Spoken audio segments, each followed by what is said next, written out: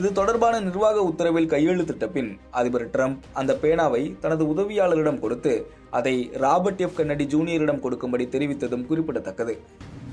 Okay. Give that to RFK Jr. Yes, sir. Okay.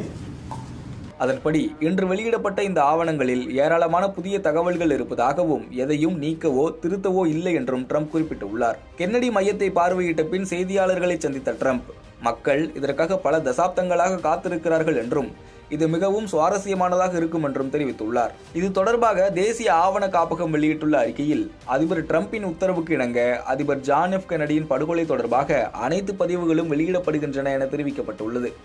இந்த ஆவணங்களை பெற மேரிலாந்தின் கல்லூரி பார்க்கில் உள்ள தேசிய ஆவண காப்பகத்தை அணுகலாம் என்றும் ஆன்லைனில் கிடைக்கும் என்றும் தெரிவிக்கப்பட்டுள்ளது.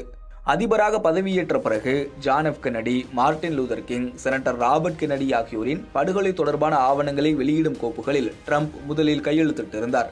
கோப்புகளை வெளியிடுவது தொடர்பாக கருத்து தெரிவித்திருந்த அமெரிக்காவின் தேசிய புலனாய்வு இயக்குனர் துளசி கப்பாட் அதிபர் ட்ரம்ப் அதிகபட்ச வெளிப்படைத்தன்மையுடன் கூடிய ஒரு புதிய சகாப்தத்தை உருவாக்குகிறார். ட்ரம்ப் வழிகாட்டுதலின்படி முன்னர் திருத்தப்பட்டு வெளியிடப்பட்ட ஜான் எஃப் கென்னடியின் கோப்புகள் தற்போது எந்த திருத்தமும் இல்லாமல் வெளியிடப்படுகின்றன என தெரிவித்துள்ளார். இதையடுத்து கோப்புகளுக்குள் இருக்கும் விவரங்கள் தொடர்பான விவாதங்கள் நடந்த வண்ணம் இருக்கின்றன.